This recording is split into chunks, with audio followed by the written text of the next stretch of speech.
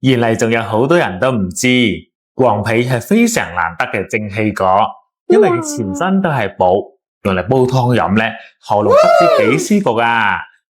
特別夏天經常吹空調嘅，又或者屋企人啊飽飽滯滯冇乜胃口嘅，咁今日你往分享嘅呢啖靚湯呢，就啱晒㗎啦。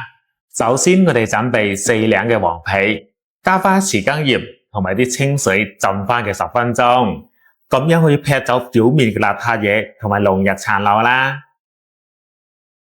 嗱，喺古書《本草綱目》入邊係咁樣記載嘅，佢係黃皮咧係理氣而不傷正，滋陰而不做濕嘅，所以每逢呢個季節咧，民間嘅老百姓啊就會經常用黃皮嚟煲湯煲水飲，又或者係加鹽醃製之後直接食，幫助緩解肚腹仔脹脹，你寫飛啦嘛。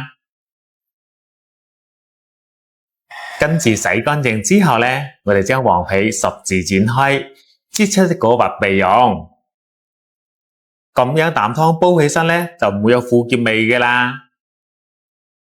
然後再將150克嘅鐵桿淮山啊批皮之後切成細塊，記得切好之後咧，放入清水度浸住佢，咁樣啲淮山啊先至唔會氧化變黑噶。接落嚟準備20蚊嘅排骨凍水流鑊，加入薑片，簡單咁飛一飛水，水滾之後咧，大概2到3分鐘就可以噶啦。呢度嘅小技巧啊，我哋飛水嘅時候咧，千祈唔好冚住個龜喎，咁樣腥味啊，先要徹底咁揮發出嚟噶。跟住我哋再撈佢出嚟，用溫水清洗乾淨。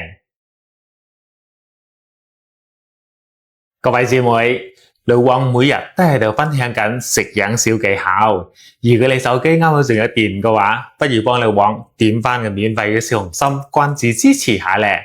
唔該晒大家，祝你身體健康，越嚟越靚。跟住喺大碗度加入紅棗、無花果同埋細心嘅蓮子，重點係3粒嘅鹹橄欖。因為黃皮嘅鮮甜搭配埋鹹橄欖嘅鹹甘啊，煲出嚟啖湯咧，幾甘甜噶。重點嚟啦，記得要將洗好鹹橄欖啊拍翻一拍，咁樣煲湯先至夠晒出味噶。好啦，而家咧洗就洗好啦，水又飛好啦，等水滾之後咧，我哋就落去煲得噶啦。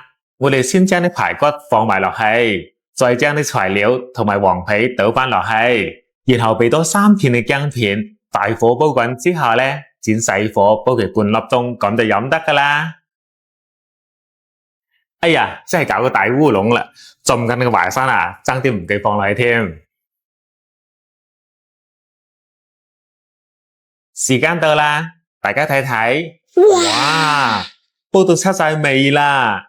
只有我哋廣東人啊，先至知道咩嘢叫做上火。呢啖湯飲起身咧，甘甘甜甜，唔使放鹽啊，都非常之好飲。特別屋企人捱夜比較多，又或者老公咧成日煙煙走走、氣強強咧，咁呢個夏天咧可以多啲煲呢個黃皮湯俾佢飲噶啦。